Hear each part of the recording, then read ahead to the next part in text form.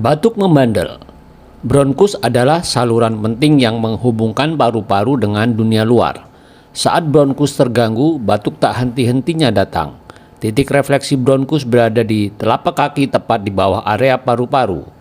Pijatan pada titik ini dipercaya dapat membantu meredakan batuk membandel, melonggarkan lendir dan membuat pernapasan lebih nyaman.